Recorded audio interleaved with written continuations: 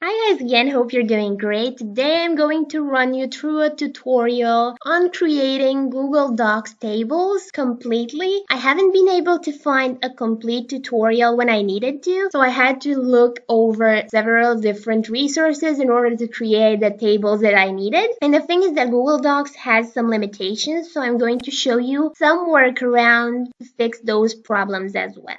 Now to get started, you're just going to insert your first table. Don't worry too much about the number of columns and rows that you're going to have for your table because you can add these after you've created it. So I'm just going to go with 2 rows and 2 columns for now. Now obviously to change the size of your columns and rows, you're just going to drag the lines according to your needs.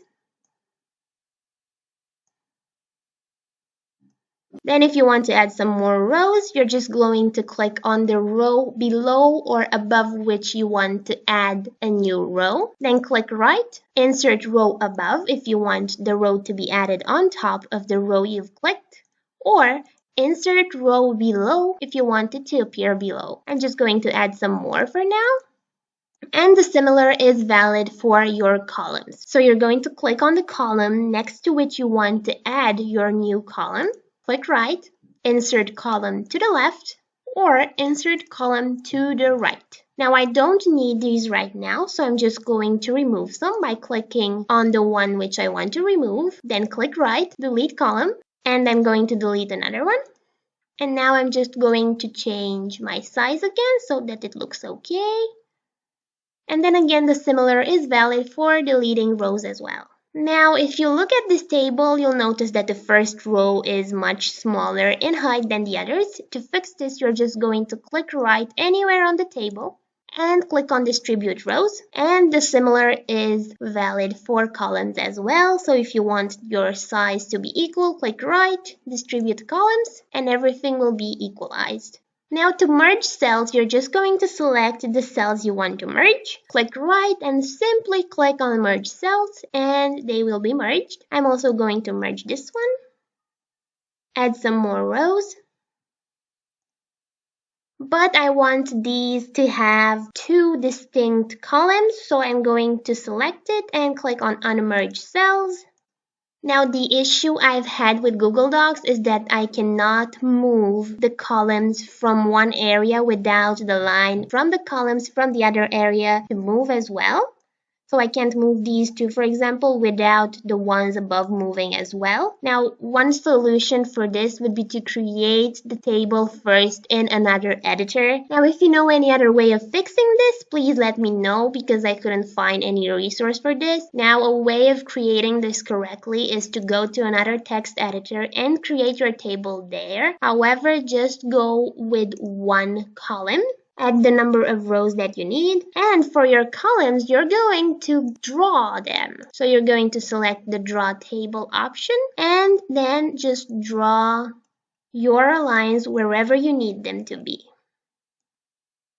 And I've created this just to show you how it actually works. You're going to select your table, copy it, and then go to Google Docs, and now you are going to be able to move everything the way you want it to be. So I do recommend that you first build your base in another editor if you want more detailed tables. Now another issue I've had, but it's kind of inevitable, is that if I now want to add another column, it will be added to the entire table. So you need to go and merge everything again.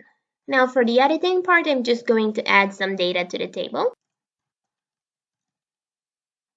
Insert some more rows, edit the sizing so that it's varied.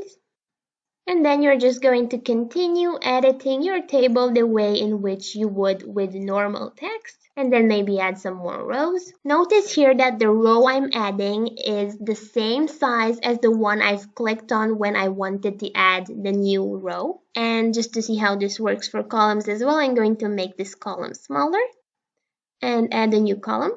And you'll see that it's the exact size. Now to add some color to your table, you're going to click on the box that you want to edit. Click right. Table Properties, and from here you can choose all of the details that you want to use for your table's design. For now, I'm just going to change the cell's background color to this light blue, and I'm going to click on OK. And you'll notice how only this cell has changed its color. Then if you want to change the color of more than just one cell, you select the exact cells that you need to change. Again, click on Table Properties, Cell Background Color, pick a different color, and click on OK. Even if you click on a specific cell and then click on Table Properties, you can only change the border of the entire table. For example, let me just highlight this with red and with some more thickness, and the whole table is changed in terms of border. So I'm just going to undo this. Now, another thing which I couldn't figure out how you can do in Google Docs is to separate the table from one into two different tables. For example, I might want to have a break between the final cost cell and these other cells. So what you can do is that you can go and create a separate table below your first one. Click below your table. Insert another table that would match the first ones and edit it so that it's similar to the other ones. Now you can just move this table on the other page by clicking on Enter.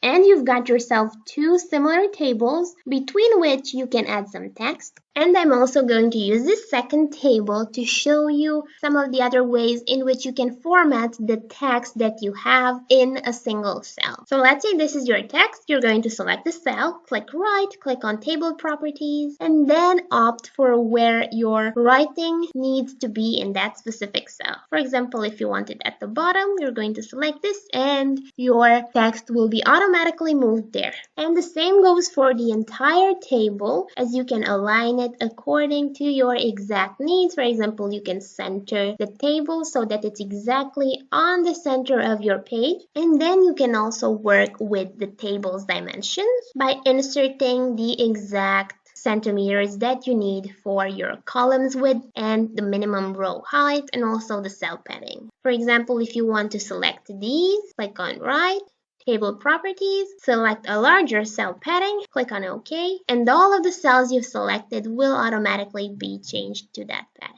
Now, the last thing that I want to show you is the fact that you might see this little arrow in the corner of each cell, and this is basically used if you want to select a specific side of that table, for example, the one on top. And once you've selected it either through this option or just by simply clicking on it, you have some other ways of editing your border. And if you remember, I've shown you how you can edit the border of the entire table, but by simply selecting the side which you want to edit and then working with maybe the width and the exact format of that side, you can change it a bit. And another way of doing this, but not as specific, is by selecting your columns and going in this right corner and again selecting your exact needs. But if you'll take a look now, this edits your entire cell. So you have exactly three options of editing your borders. You can either click right on Table Properties and add a border for your entire table. You can also click on a specific side and edit it individually.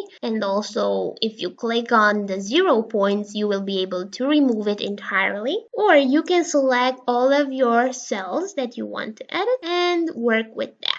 So now if you want to delete this mess in terms of border, you can just go to Table Properties, click on 0 points, OK, and you've got a table with no borders. And then to get your border back, you're just going to go to Table Properties again, select maybe 1 point for your table's border, click on OK, and you'll get your border back. However, the sides that you have edited individually will remain the same, as you can see from this dotted side. And what you can do is that you can just select it to be like the other ones. Now, this would be about all for today. If you know any way of editing your table's columns without the line moving in the entire table, just let me know. Now, one solution would be to create two different tables like I did here. And if you'll take a look, moving one column from one table won't change the other columns from the other table. So let me know if you know any other fix for this. Have a nice day. Stay tuned for more tutorials. Don't forget to subscribe and see you soon.